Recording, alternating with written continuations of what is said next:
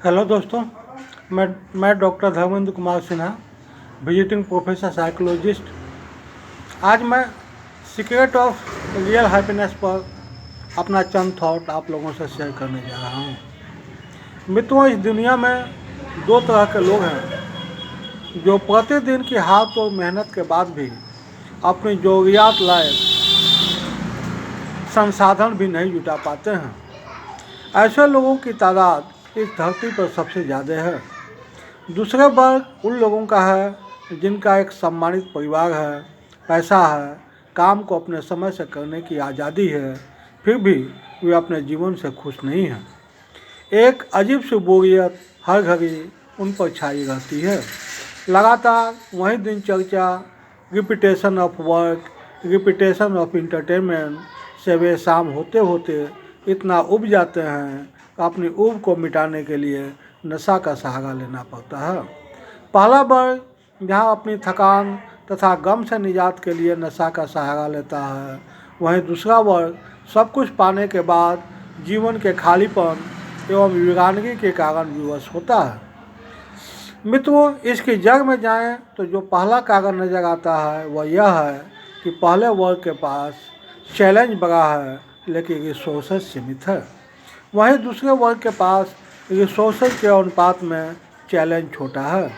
नतीजा, एक को फुर्सत का समय नहीं मिलता, वहीं दूसरे का समय नहीं कटता।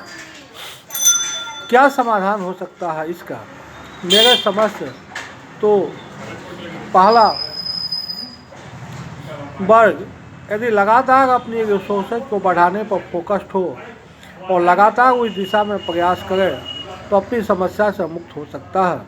वहीं दूसरा वर्ग अपनी क्षुद्र अहंकार एवं संकुचित स्वार्थ से ऊपर उठकर वह ऐसा कार्य क्षेत्र चुने जिससे मानवता की भलाई हो तथा उससे उत्पन्न आध्यात्मिक आनंद से अपनी वीरान एवं अंधियारे जिंदगी को रोशन करे तो वह भी अपनी समस्या से बाहर निकल सकता है। मित्रों, इस जीवन में दो तरह का संपदा है। एक भौतिक संपदा जिसके लिए कर्म की आवश्यकता है जिससे यह सांसारिक जीवन चल सके, वहीं एक आध्यात्मिक संपदा भी है जिसकी कमाई से सच्चा आनंद, खुशी, संतुष्टि एवं शांति मिलती है। और यह दोनों तरह की संपदा जीवन के लिए अनिवार्य है, अन्यथा जीवन असंतुलित हो जाता है जिससे जीवन संगीत नहीं झंकृत हो पाते हैं। अतः आवश्यकता है कि जीवन में ध्यान को शामिल करें तथा उससे उत्पन्न एकाग्रता, सजगता, निरीक्षण, परीक्षण, इंद्रिय निग्रह, संयम, मन पर नियंत्रण जैसे गुण को अपने कार्य व्यवहार में लगाएं तो भौतिक जीवन भी समृद्धशाली हो जाएगा। इस देश की गरीबी के पीछे यह सबसे बड़ा कारण है कि हमारा शिक्षा अपर्याप्त एवं एकांगी है। जहाँ आध्यात्मिक ज्ञान से संपन्न व्यक्ति है वे इतने असहाय अकर्मण्य हैं कि अपनी दैनंदिन आवश्यकता के लिए भी समाज पर आश्रित है। वहीं दूसरी तरफ तकनीकी ज्ञान से संपन्न युवा वर्ग है जो आध्यात्म से इतना खाली है कि अपने तकनीकी यंत्र पर फूल माला चढ़ाता है। बिल्ली यदि रास्ता काट दे तो उसे अपशगुन के रूप में स्वीकार करता है। जो भौतिक आवश्यकता सिर्फ कर्म द्वारा पूरे हो सकते हैं उसके लिए मंदिरों में कतार लगाकर चढ़ावा चढ़ाता है। जब तक हम शरीर के तल एवं आध्यात्म के तल के बुनियादी जरूरतों को नहीं समझेंगे तथा उनका उद्देश्य एवं कार्य सिद्धांत को नहीं समझेंगे तब तक यह गरीबी नहीं मिटने वाली है, ना ही सच्ची खुशी एवं संतुष्टि मिलने वाली है।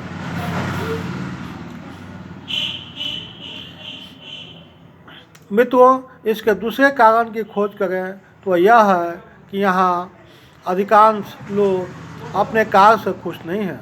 उन्हें लगता है कि वे जो कार्य कर रहे हैं इसके बदले में जो मिल रहा है वो मेरी योग्यता के अनुकूल नहीं है या फिर अपर्याप्त है। लेकिन किसी दबाव के चलते, चाहे पारिवारिक व्यवस्था हो या कंफर्ट जोन छोड़कर बाहर की दुनिया में नौकरी की अन्य विकल्पों के लिए जोखिम लेना नहीं चाहते, कारण चाहे जो भी हो, वे अपने कार्य को पसंद नहीं करते। जब आप अपने कार्य को पसंद नहीं करेंगे तो जाहिर सी बात है कि उस कार्य में अपनी 100% ऊर्जा निवेश नहीं कर पाएंगे। नतीजा ना काम सर्वोत्तम रूप से हो पाता है और ना ही कार्य संपन्न होने के बाद वाली खुशी एवं संतुष्टि आपको मिल पाती है।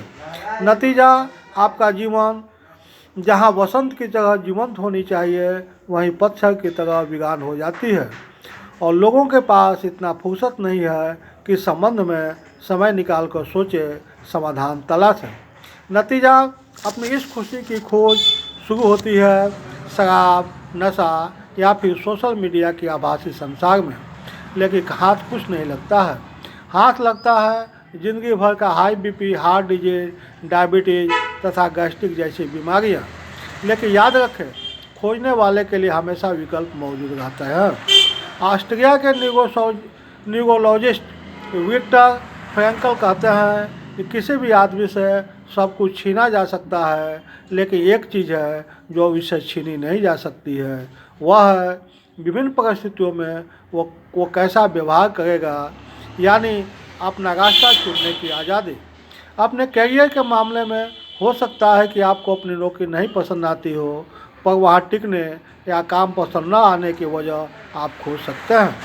इसी तरह हर पसंद या नापसंद की वजह आप खोज सकते हैं। फ्रैंकल कहते हैं कि जीवन में हर चीज़ की वजह आप खोज सकते हैं, चाहे वो कितनी ही बुरी क्यों नहीं हो। सच यह है कि उसके कई विकल्प हमेशा मौजूद रहते हैं, लेकिन उनको हम कई बार बिना सोचे समझे खारिज कर देते हैं या फिर हम उनके लिए कड़ी मेहनत करने से बचते हैं। मित्रों, इसका तीसरा कारण है जब हम अपना जीवन लक्ष्य को अहम केंद्रित, ईगो सेंटर्ड बना लेते हैं। जैसे सफल जीवन का मतलब हम ज़्यादा पैसा, ज़्यादा प्रसिद्धि, ज़्यादा ताकत, जहाँ सुख भोग की साधन से मान लेते हैं तथा इसी अंधे दौड़ में अपने आप को शामिल कर लेते हैं जिसका कोई अहंग नहीं है, तब जीवन निरर्थक दौड़ में समाप्त हो जाता है और अहंग में सिर्फ मरुस्थल की खालीपन शेष रह जाता है, क्योंकि अहंग से निकली इच्छा हमें एक अधूरापन ही देगा, संतुष्टि कभी नहीं। इसलिए सबसे पहले अहंग के कैद से बाहर निकले, अपने अंतर मन की आवाज़ सुने, विवेक एवं बुद्धिमत्ता को अपने जीवन का कमांड सौंपें तथा उससे जो संकेत उभर कर आवे उसके आधार पर नया जीवन मूल्य गढ़ें एवं जीवन लक्ष्य का चुनाव करें। अस्तित्व से मार्गदर्शन की प्रार्थना करें, उस पर विश्वास टिकाएं एवं अंततः यहाँ अपने अंतर मन की आवाज़ से आशय है अपनी चिड़चिड़ाहट, उदासी, क्रोध, तनाव, असंतुष्टि की आवाज़ को सुने, वो उसकी वजह तलाशें। यदि तलाशेंगे तो फिर उत्तर अवश्य मिलेगा। उस वजह को जीवन से बाहर निकालें तथा वो काम करें जिससे आपको आनंद, शांति एवं संतुष्टि मिले। अपनी योग्यता एवं क्षमता का योगदान इस दुनिया को और बेहतर बनाने में करें। मित्रों, मैंने चंद थॉट आपसे शेयर किए। इसकी उपयोगिता तो आप तब समझ पाएंगे जब इसे अपने व्यवहारिक धरातल पर उतारेंगे। साथ ही मेरे इस विचार और सजेशंस को अपने विचार में रख कर अपने जीवन लक्ष्य का चुनाव करें। साथ ही इससे आपके जीवन में क्या रूपांतरण होता है, मेरे कमेंट बॉक्स में अपना विचार, सजेशन सेंड करें। अंत में आप मेरे विचार को सुने, समय दिए, इसके लिए so many thanks to you. साथ ही मेरे इस वीडियो को ज़्यादा से ज़्यादा लाइक, शेयर करें, सब्सक्राइब करें ताकि ज़्यादा से ज़्यादा लोग इससे लाभ उठा सकें।